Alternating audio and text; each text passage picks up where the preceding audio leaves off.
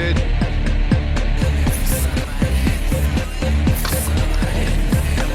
What's the time? Okay, awesome. Let's go.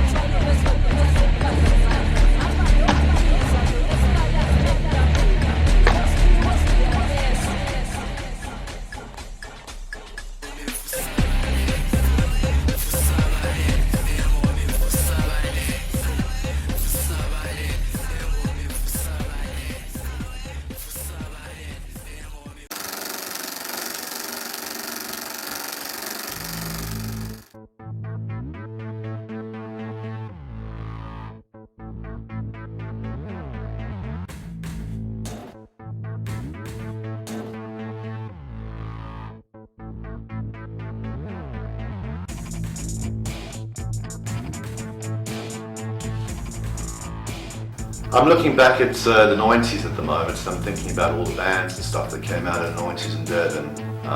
Yeah, there were bands in the 80s, and a lot of them did really well. A lot of musicians from the 80s actually were a reason why the band scene in the 90s did so well. A lot of people like Peter Webb, who played a vital part in the extreme sports and music scene, hosting venues and stuff for people to play, you know, young artists wanting to experiment with music and showcase what they did. Durban became a hub for music in the 90s. It expanded so much over a period of 3-4 years. So many venues and clubs, big alternative venues, lots of band venues and lots of bands, you know. I'm looking back at early 90s when I first kind of got introduced to some of the underground bands, like the Manic Brats, the Big Sif and the Dripping Hemorrhoids, a couple of first bands out there that actually not only just molded and created the scene, but also helped and make it grow by helping build stages and stuff. You know, I never forgot it. Thinking about the metal scene as it grew through Intel Tech and the university, the bands that came out of there out of student years, metal bands that came out of having practice rooms at the universities and tech, so they evolved from out of there, and the scene grew. You know, in a performing with international bands like Napalm Death and Carcass in Durban, which was a massive big South African tour back in the 90s.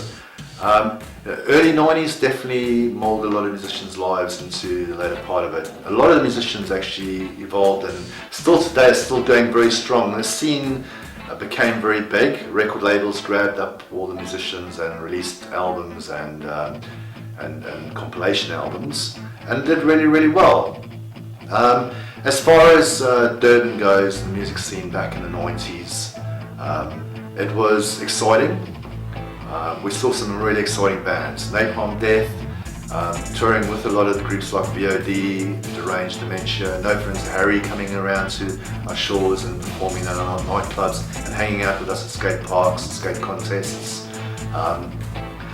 Commercial bands like Saint Legend, you know, did really well for themselves. Mine Theatre, they all came out of small little venues and stuff. I mean, we had a whole lot of venues. You're looking at the Vic Bar, the Brea Inn, the Winston Hotel, Gatsby's, the Rift open up. You got just the endless amount of venues.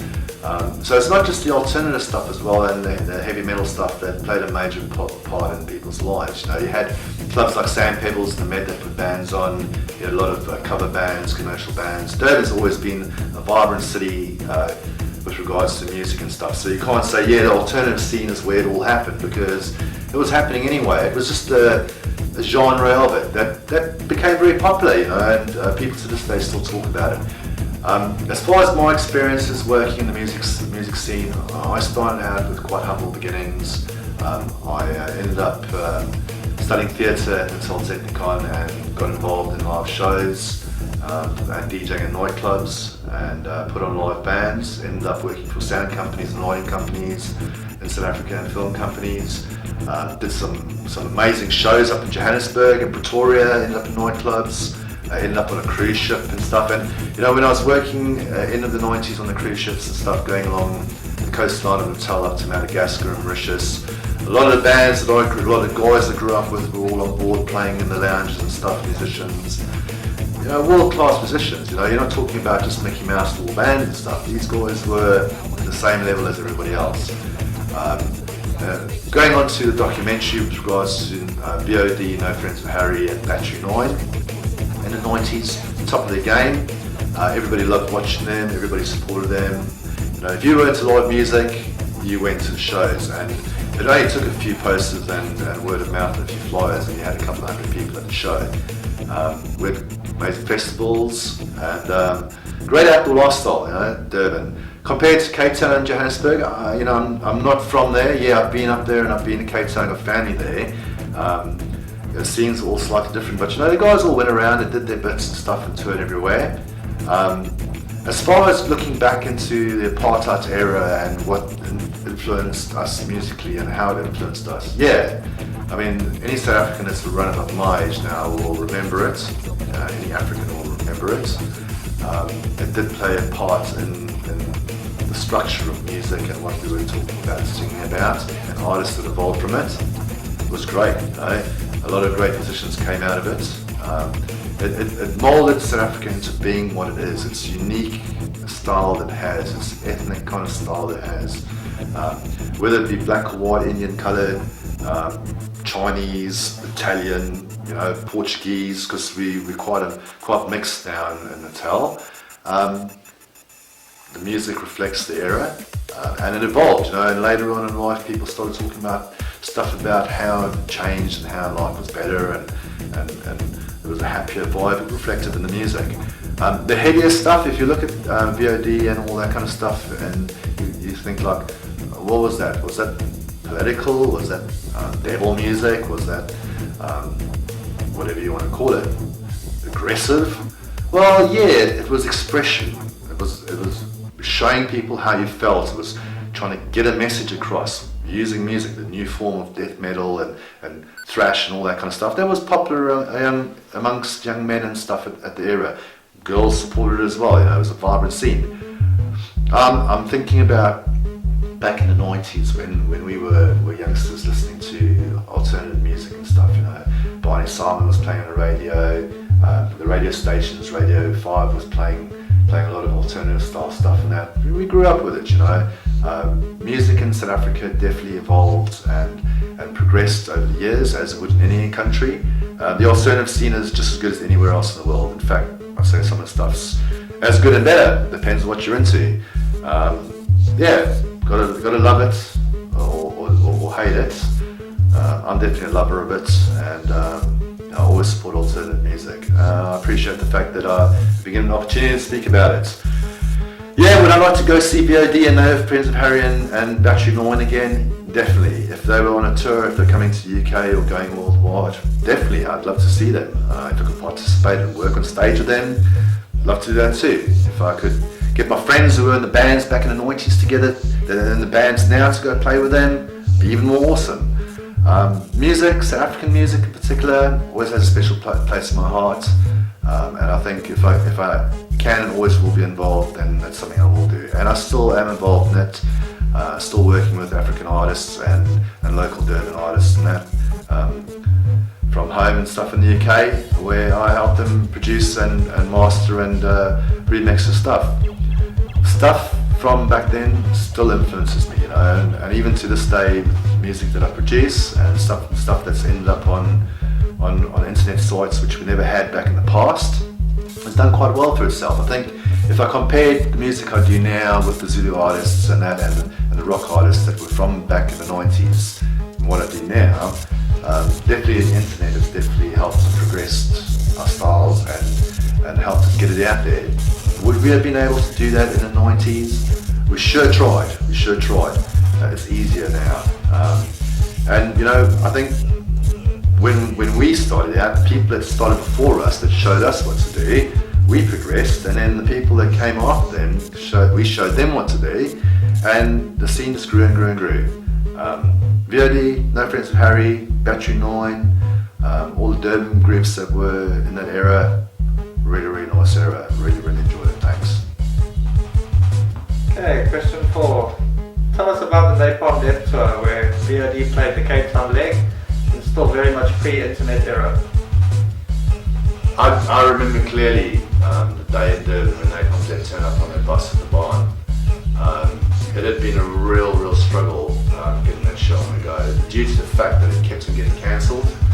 I remember us putting it in the newspapers, then having to pull it again, putting it in the newspapers, and I constantly ran around trying to promote the bands, to try and get the crowd there. And you know, if a show gets cancelled, especially in the era where there's no internet and stuff, how do you go around and tell everybody, oh, the show's cancelled? So it was real hard work, you know, and a lot of effort went into it. When Napalm Death turned up, we've done extensive advertising. We put posters up at all the universities and outside all the nightclubs, flyered it. It got into newspapers a couple of times, you know. Got some nice interviews going there, and word of mouth. Plus the fact that we used 2 local bands to open up for them, and they already had a big following, so their fans turned up. The range of Dementia got the crowd in there, and the crowd supported Napalm Death. One of the best shows ever. Did the fact that there was no internet in the day stunt what had happened? Yeah, if it was nowadays, then there'd probably be more people, you know. But back in the day, we did what we did, and the people turned up. Still epic. Now, the Cape Town leg that took place, and the Johannesburg leg, people still to this day say that the Durban leg was better. But, you know, you've got to watch the video online and see that. But me personally, I think the Durban definitely better. You went to Durban one, the Durban show was definitely better. I'll tell you why the Durban show was better, okay? Because Durban people are crazy. when they go and watch a band, they really enjoy it, you know. And if you watch the video online about Napalm Death at the barn, it'll be a clear indication of what Durban crowds are like. Yeah, awesome band, awesome era. The bands that play with us will talk about it today. DJ. Here. Yeah. This guy here. That's cool. This guy organized Durban. He made it fucking work, and it worked. We rocked. Kicked ass. Kicked ass, yeah. We're gonna do it again, I think. Thanks. Hey, let's not get something under there. Yeah, no, it's cool. I found growing up in Durban to be quite different to a lot of the other places that I've travelled to in South Africa, Johannesburg, Cape Town. They all approach music in a slightly different way. It's a lot down to the community that's there and the artists. They all come from different influences. Durban's a coastal city. It reflects in the music and arts. One of the things that I found about the music scene in Durban was the diversity of bands. Now, a group like Squill, for instance, I remember doing a rave with them. They were playing on the upper deck. I was playing acid jazz and reggae. It was down at Point Road. And downstairs there were rave DJs, and the crowds from downstairs were coming upstairs, and the crowds from upstairs were going downstairs. Durban was so diverse. The alternative and metal scene and club scene and that, it all merged together. We used to go clubbing, after we used to go watch bands, and it eventually reflected in music later on in the 90s. It was great. So how does Durban, KwaZulu-Natal, differ from the rest of the country? Well, you know, I found growing up in Durban was obviously quite different to Johannesburg or Cape Town. The people, being a coastal port and a lot of surfing and extreme sports going down, different cultures, Indian community, the African community down there, they're all diverse, different tribes, all have played a massive role in the music scene and art scene in South Africa, and particularly in Durban, definitely slightly different to everywhere else, reflective in the music and arts. because I could. No, it was an opportunity. Honestly, when I asked him where he lived, he said South Africa. I said, really, what country? And he said, no, South Africa. It's a country. And I said, oh, cool. So he started telling me about it and how the beaches are really nice and the weather's always good and that kind of stuff. And they would just love us. And so we started toying with the idea. I think we thought about it for maybe an hour. And he said, oh, heck, let's do it. Let's just do it. So I was the short-termer. I only stayed there about 6 or 7 months. John, you stayed a lot longer. I myself had to take care of business back in California, so I came home. And, regrettably, it was one of the most difficult times in my life, for sure, coming home. Difficult time in Africa, too. That was the most beautiful time there. Yeah. Well, what was the trip like, John? It was a long trip. Lots of layovers. Took us almost 30 hours to get there. We drank the whole time, so that was kind of fun. We had a lot of gear, hauling drums, amps, and guitars over there.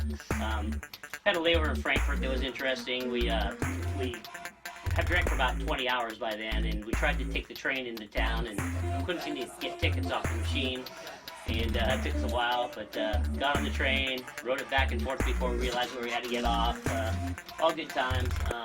When we got to Africa, unfortunately, the customs people confiscated all of our music equipment. They thought that we were going to try and sell it or something, so it took us about 3 or 4 days to actually get our equipment back. Oh my gosh, and that was in Germany? That was it. No, that's why how we reached South Africa. I believe that was in Pretoria. Yeah. The airport back then was called Jan Smuts. Wow. So what was the first gig and how was the reception, Ken? Gosh, I guess we played, well, we were well received. I think like the first place we played was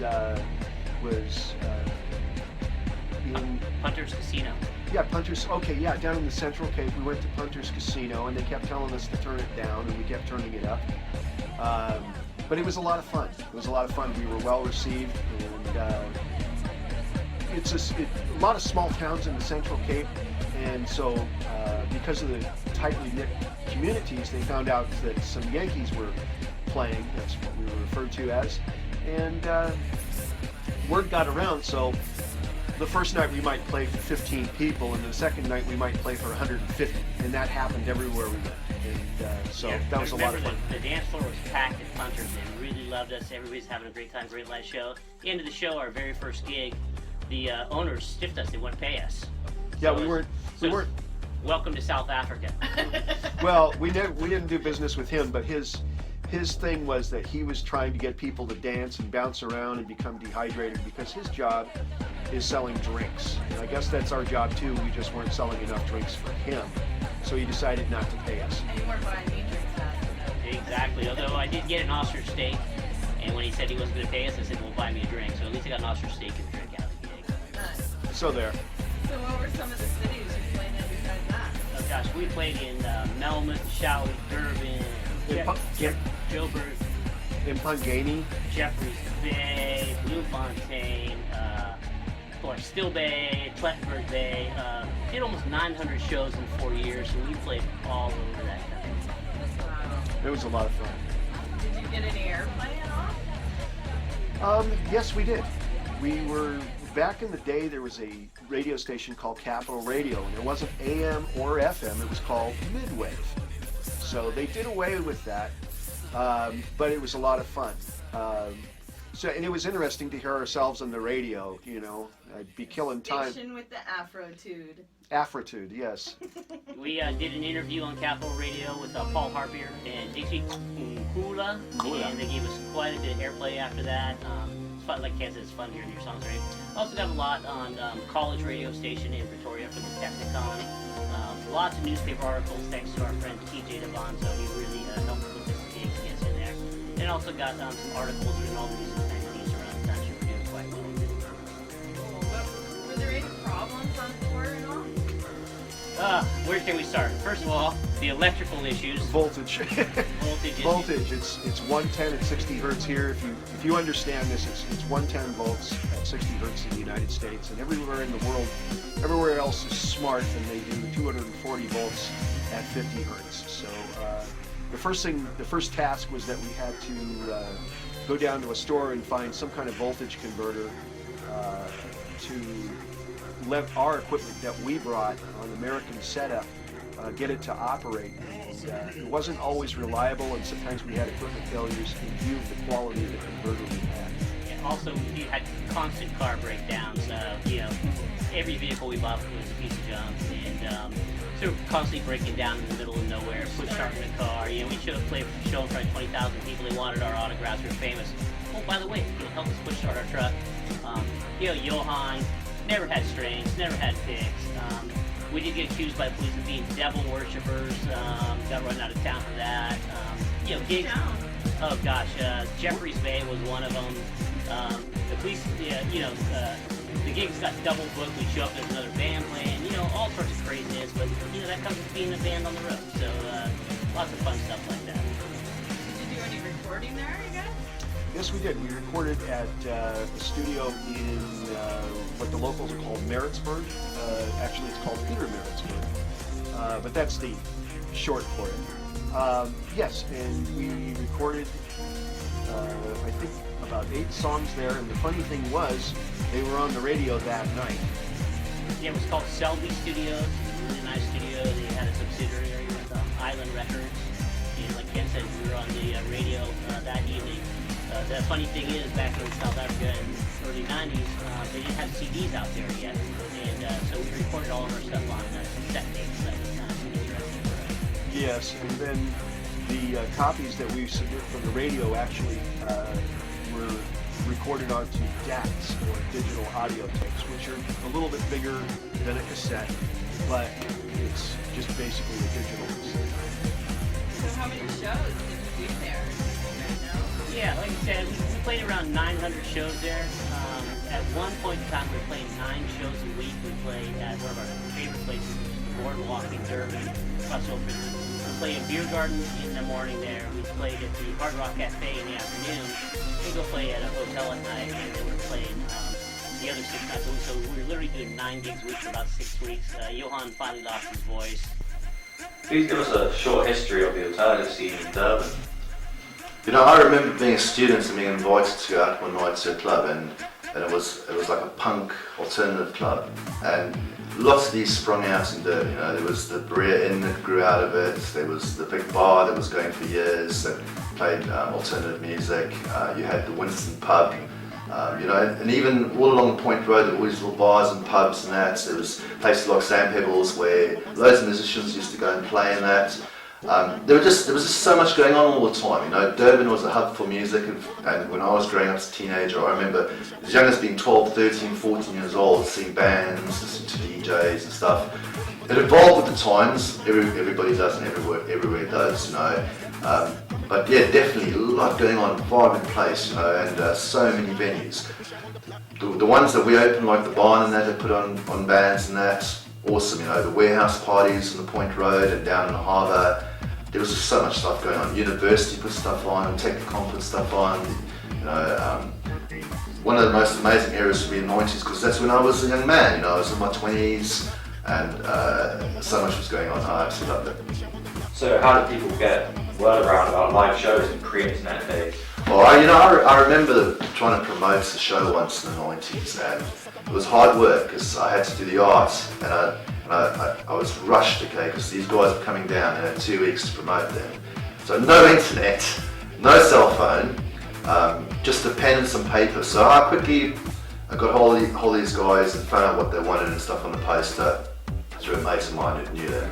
And I drew up this little flyer, and I went off to the printers, printed off 250 flyers, printed off a couple of A4 posters, went around town, put them up where I thought people that liked the kind of music hung around, on bridges and under carriageways and near universities and schools and stuff where people might take an interest, put some of the flyers in shops and stuff, and I hope that people pick them up, and then mostly word of mouth, we just tell a friend would tell a friend. It was like a push telegraph.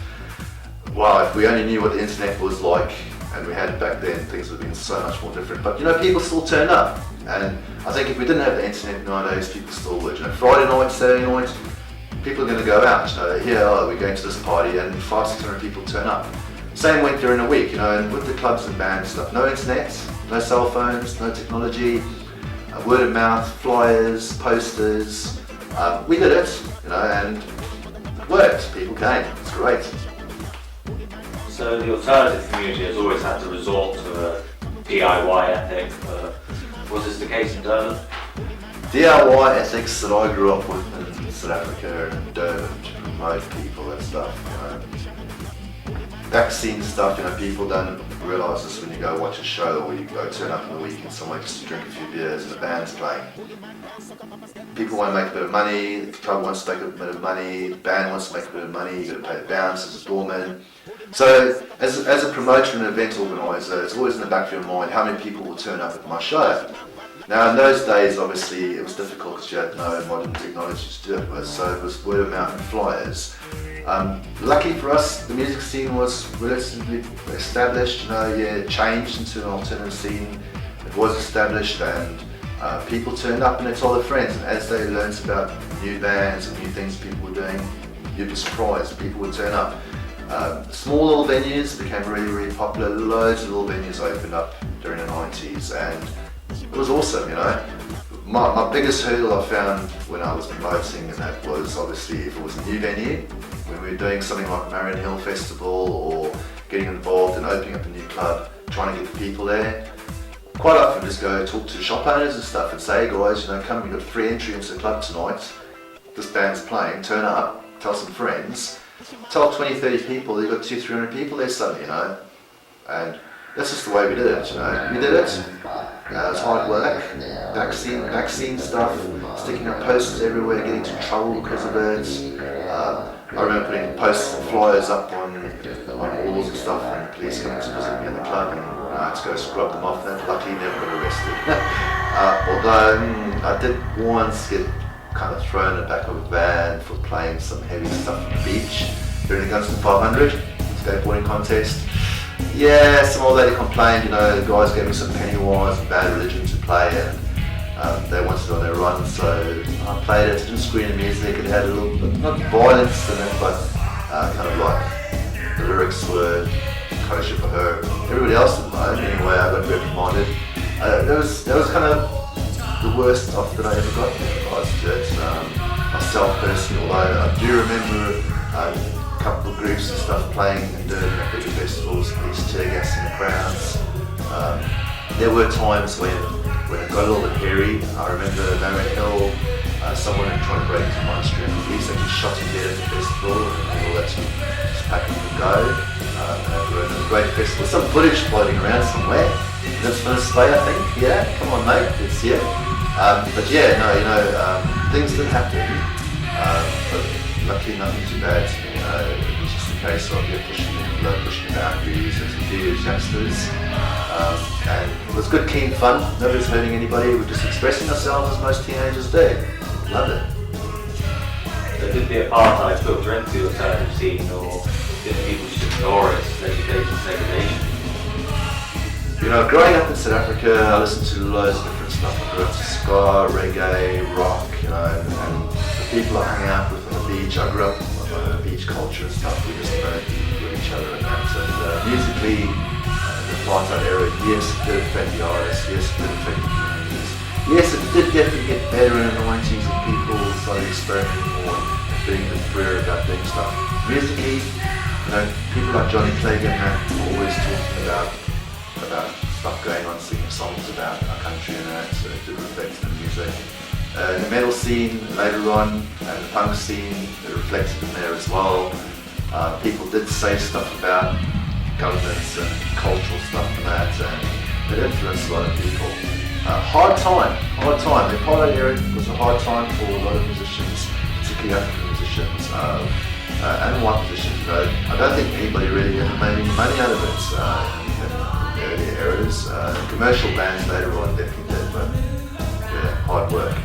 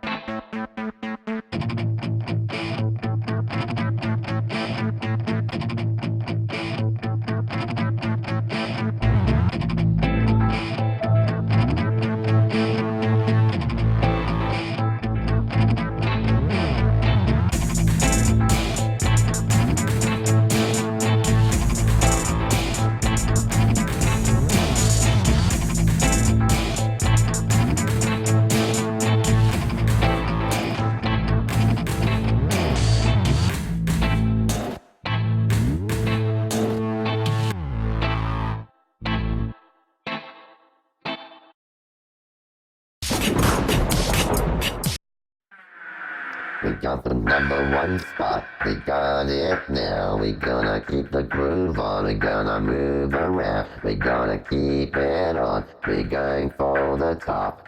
It's just the way we do it, we gonna rock, rock, rock.